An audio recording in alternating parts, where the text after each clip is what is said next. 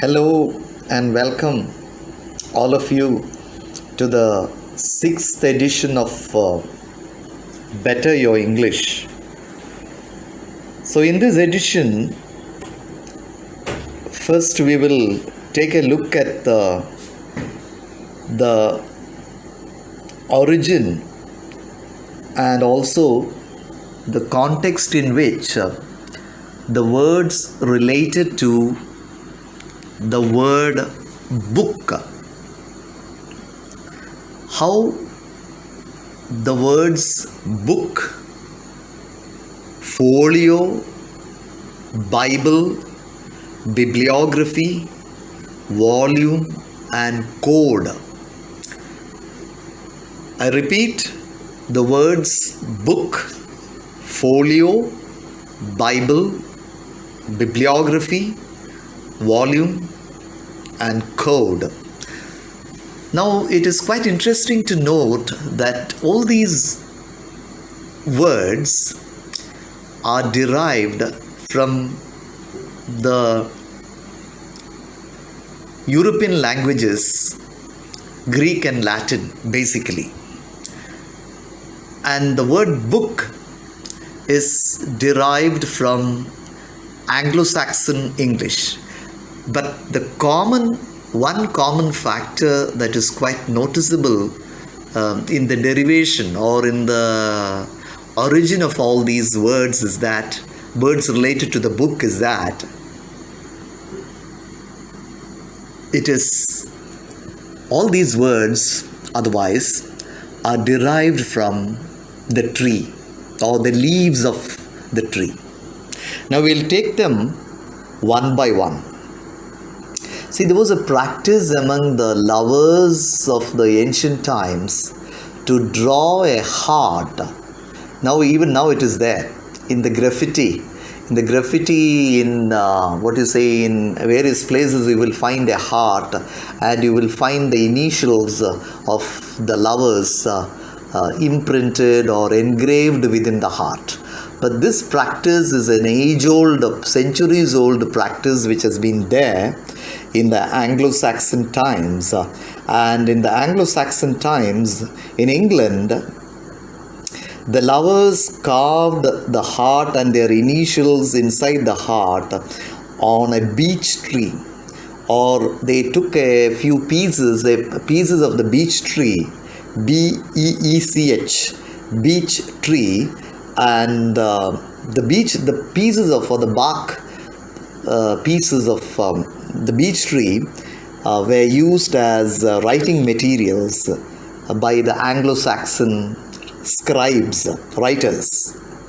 Now the Anglo-Saxons had actually called the beech tree by the word bock, B-O-C, bock. But through the centuries, the word bock got evolved as the word book, which we have now today, B-O-O-K. So the book, when we hold the book, we should remember it is very much part of our nature. It is not part of our artificial life, or it is not part of our completely technology driven life or lifestyle. Now there are so many terms which I mentioned at the beginning related to the book. Folio, let us take the word folio, F-O-L-I-O. Folio actually means a very large paged book, a book with large pages, pages of the size of a newspaper sheet.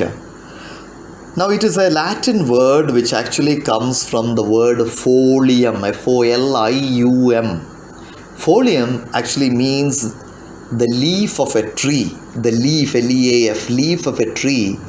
And today, all of you know that in English language, foliage is a word which means leaves or the thick growth of leaves, foliage. So folio also is very interestingly part of nature. So folio edition. Sometimes you have Now we don't have that luxury of having large pages for the book, because the folio editions are very expensive. So, but have it on your mind, the size of a newspaper page. The page of a newspaper was once upon a time called folio, and books having such a large page were called folio edition. Folio edition of Shakespeare is very well known, which came out in the 17th century. Now, from there we go to the next word, Bible. And Bible or bibliography, or the word biblio, are all derived from the Greek word biblos, B-I-B-L-O-S. But we should remember that biblos also is a word which means the inner bark of papyrus, P-A-P-Y-R-U-S, a kind of tree. Now there is another word, volume, V-O-L-U-M-E, which is related to the book. And volume also is in a very curious way derived from the Latin word volumen, V-O-L-U-M-E-N, which means, or which meant, a scroll or roll, R-O-L-L, roll of paper, papyrus manuscript. A roll of papyrus. Papyrus is a kind of tree which is something like our bamboo tree with thin skin or outer skin from which we can have writing material. Now the last word in this series related to the book is code, C-O-D-E. Today we have code of laws or whatever it is, otherwise codex. Codex is a word which again originated from Latin, and codex originally means in Latin the trunk of a tree, the main part of the wood of a tree, from which wooden tablets were made to write or inscribe or imprint codes during the ancient times. So mind you, whenever you hold a book next time, just think of nature, Mother Nature, which has given us this greatest treasure, all-time treasure, which has made humanity what it is now. Now in this edition, I am examining for all of you listeners the meaning of the word booze and its interesting background, cultural background, or the business background of the word booze, B-O-O-Z-E. The word booze actually is part of even the vernacular use, the use in Malayalam.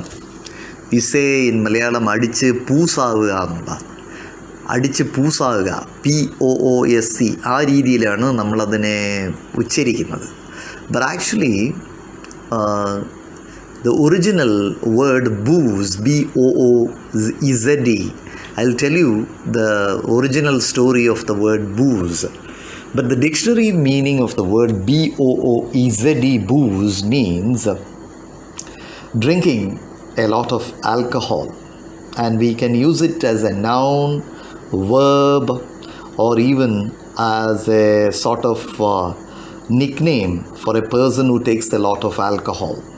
We say that there is going to be a Saturday night booze party, or on Saturday night Mr. Butler is going to bring us some fine booze from his hometown. And sometimes we can use it as an idiom also, on the booze,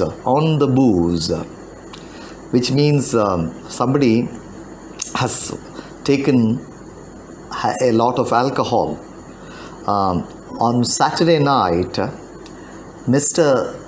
X or Mr. Sam would go on the booze means he would drink a lot of alcohol. So the same word booze can also be used as a simple word, a verb. ക്രിയയായിട്ടും അതിനെ ഉപയോഗിക്കാം. Have you been boozing on Saturday night? Have you been spending your time boozing out somewhere, away from your house, away from home? Now the word boozer is also common in English. It's a sort of what you say informal word for a person who drinks a lot of liquor. Now boozed up or booze up means an occasion or the action of getting drunk at a party. Now boozy also is a sort of adjective. നാമവിശേഷണമാണ് boozy, BOOEZY, means containing a lot of alcohol. A boozy night, a boozy evening, a boozy party, a boozy crowd. All these ways, in all these ways you can use the word booze. Now these are the grammatical aspects of this word booze. Now let me tell you something about the background of this word booze. Actually the word booze comes from the name of a person, Mr. E.G. Booz or E.S. Booz, B-O-O-E-Z-E, from a man from Philadelphia or Kentucky in America in the 19th century. But actually this man Booz was a distiller, was a maker of liquor who sold his booze in his own name in a special kind of bottle which was designed like a long sort of cabin. And it's not simply the 19th century personality of booze that has been responsible for this word booze in English. Even in Middle English in the 14th century, the word bousen, B-O-U-S-E-N, meant to drink very deeply or to drink excessively. And actually it is a word, it comes from the German word by the German influence upon English language. However, now the English language uses the word booze for beer and ale, and for quite a long time, not in modern English, for quite a long time in older English, not the old English, but say 19th century or 18th century English, beer and ale were synonymically as a synonym. It was used, the word booze was used for beer and ale. Now Mr. Booz's bottles were very popular in America, and slowly, even for hard liquor, the word booze slowly began to be used in America. And today booze very often signifies any kind of liquor that is available in the open markets. So when you say in Malayalam, when you use the Malayalam word poosa, adichu poosaga, even there are cine songs, film songs, poosavuga, but actually it comes from the word booze, which actually is a word in the nearest history from the 19th century American personality E.G. or E.S. Booz of Philadelphia or Kentucky. We are not sure whether he belongs to Philadelphia or Kentucky in America. Now in this 6th edition, in this module, the 3rd module, let me share some points regarding the use of the word loo. It is a sort of informal usage, a sort of informal word in English language, especially in British language. Going to the loo. Let me go to the loo. Let me be away from you for some time because I am going to the loo. So, and what does it mean? Going to the loo. Going to the loo means going to the toilet, because loo as a word actually it's a sort of informal word which actually means toilet, going to toilet. Now when we look at the history of this word loo, which is an informal word,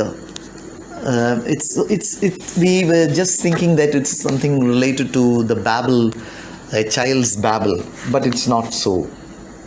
It is a slang word for toilet and it is British in origin, but actually it might have come from French language, which means les lieux, L-E, French. In French, les lieux, L-I-E-U, means the place.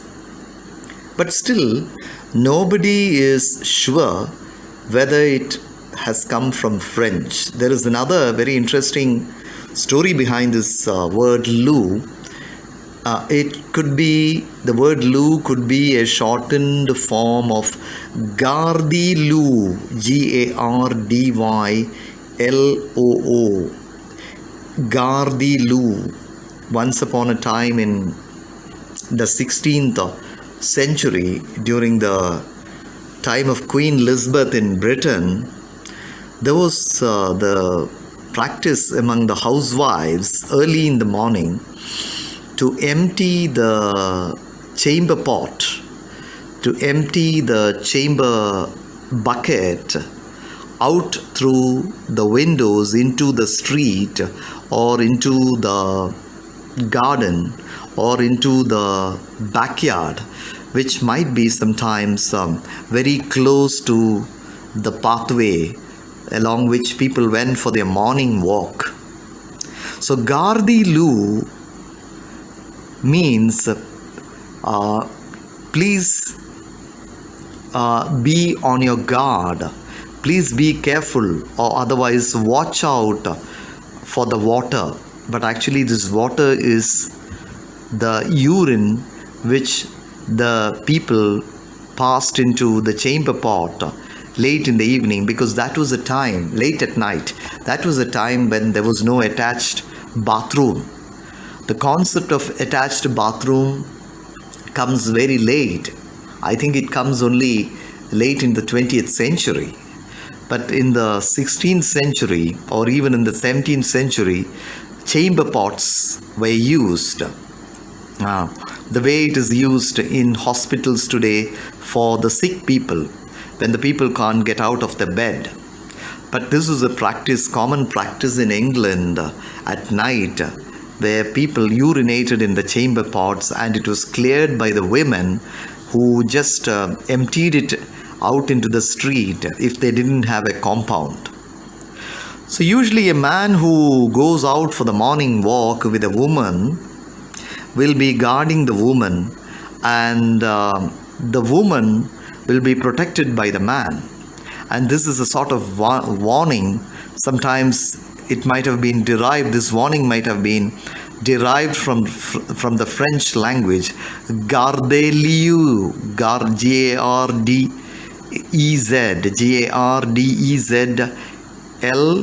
Gardezleau, Gardelieu. Please take care of yourself because there is water. So, but today, this word lieu or loo has been shortened in such a way to make it part of our informal language, or what you call the slang. Actually, it's not a slang, but it's part of the informal language. When you want to go to the bathroom or toilet, when you are in a group, you say, I'll just go to the loo and get back, or I'll spend some time in the loo and get back, so that it doesn't sound anything unpleasant.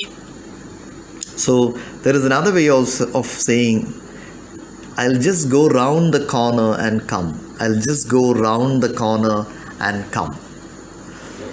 Thank you. very much for listening to these modules.